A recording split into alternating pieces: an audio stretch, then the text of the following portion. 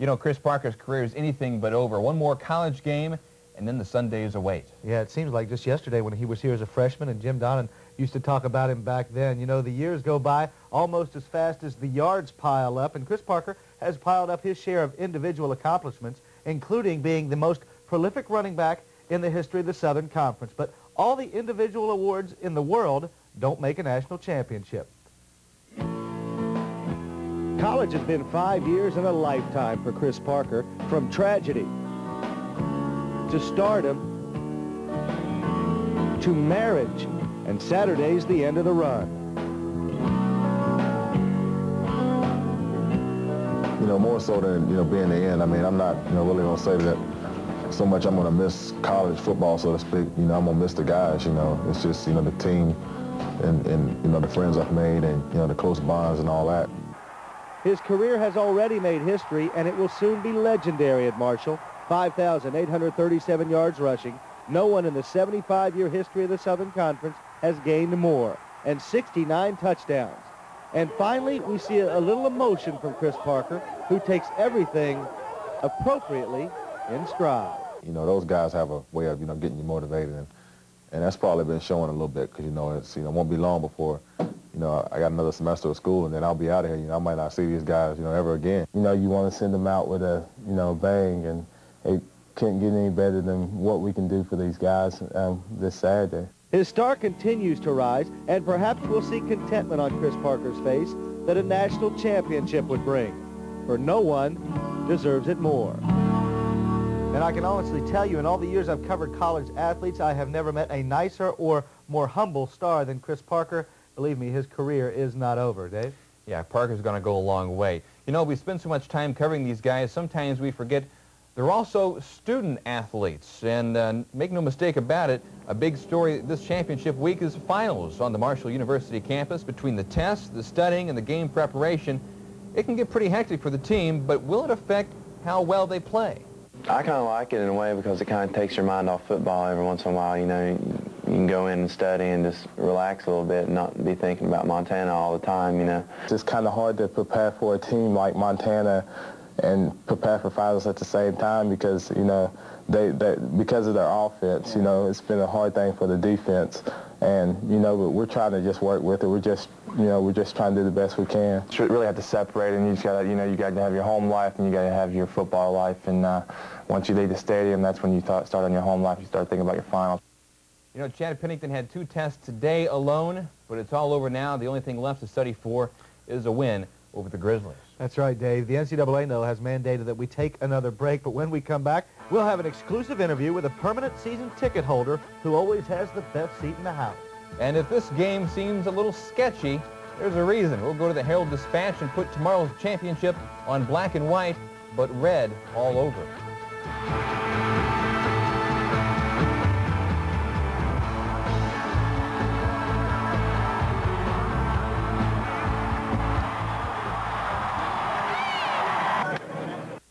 Tom Marsh of the Herald-Dispatch. You know, the way he works, it's quiet because he talks with his hands.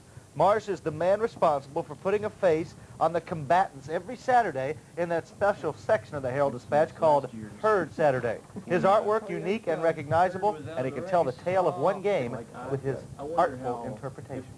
Knowing the strategy involved week in, week out, and what they're coming up against, I feel like I know what they need to do, and I can look for it when I go to the game or I'll watch it on television. Looks more imposing, the Grizzly or Marco? Marco's pretty imposing. I like to try and keep them pretty even. Unless, you know, in the case of VMI, it's pretty obvious there, but this is liable to be a pretty tough one. And Dave, the fans can check out the national championship rendition of Herd Saturday, of course, tomorrow. Tom Marsh and Timmy Stevens over there, they do a great job with that every week. We certainly do. Look forward to the issue tomorrow morning. Now, for the 4th straight year, the city of Huntington is hosting the national championship. Of course, it brings a lot of exposure to the area, and that means a lot of big green for Huntington. Doug Corstangi has the story of hotels and hot dogs. That'll do it. There are many signs that this will be a great financial weekend for businesses that serve the teams and the fans. Hotel rooms in Huntington are all booked, and the game means big money during a normally slow time of year for local hotels and motels. Oh, it's tremendously important, especially around the holidays when a lot of people like to stay home for the holidays. They would rather than travel to a hotel and stay in a hotel for the holiday. So having a championship game this size in Huntington is wonderful for us. Local leaders say the whole weekend will be wonderful for the local economy. The game is expected to generate nearly $2 million in spending for the Huntington area. Local restaurants will also benefit as fans stop by to eat on their way to the game. Some even supply food to sell at the stadium. Stewart's will be selling all of the hot dogs at the game. 10 stadium concession stands, hundreds of hot dogs, and plenty of money. And having the championship game and all the people in town, it gives you an extra game during the year and employs a lot of people and gives them the opportunity to make some extra money. And just for this game alone, we'll double what we normally do for a regular game. So this will definitely not be a regular game or a regular weekend in Huntington. Are we true? The message here is that the big game is a welcome event for the service industry in Huntington. For Mission Countdown, Doug Corstangi. All right, thanks, Doug. And when you're talking about that kind of money, it brings up the question, will the championship be coming back to Huntington next year? We tracked down Athletics Director Lee Moon to ask him if the NCAA is interested in Marshall Stadium in 1996.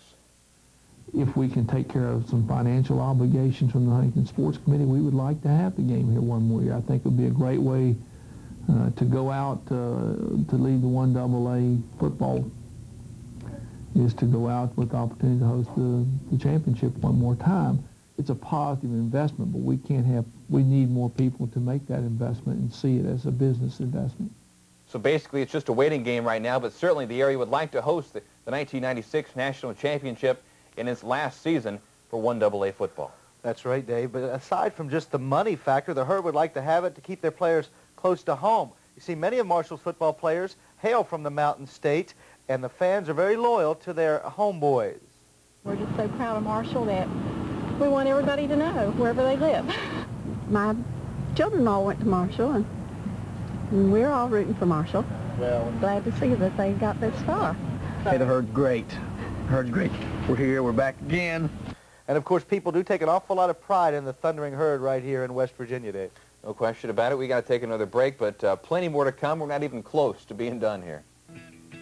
If the Herd wins tomorrow, you can bet thousands of people will be sporting championship shirts on Monday, and we're going to give you a sneak peek of some of the designs a little later. But even if by some fluke the Herd loses, it's been a season to remember. We'll look back at some of the action when we come back.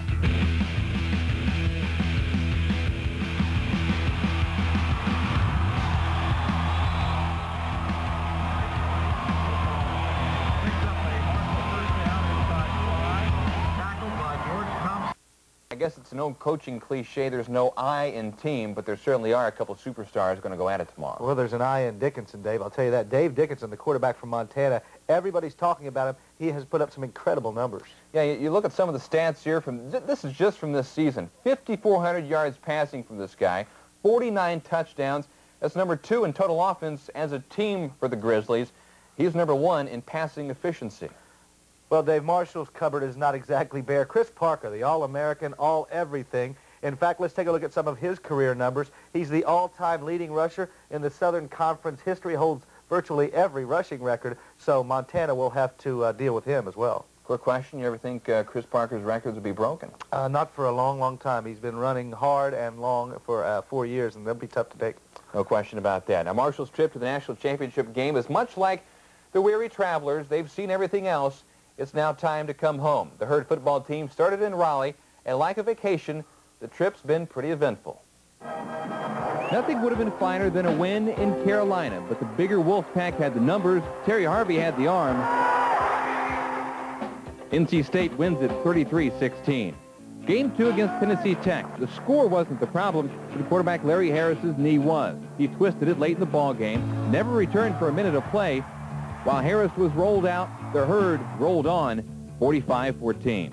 The quarterback situation continued next week against Georgia Southern. Second stringer Mark Zaban went out with a bad knee. Freshman Chad Pennington came in, hooked up with Mark Wicks. Herd go 2-0 at home, the final 37-7. Back on the road for Game 4, and Jim Donnan forced to start the freshman. 6 interceptions later, Pennington stuck with it, and Jim Donnan escaped Chamberlain Field 35-32.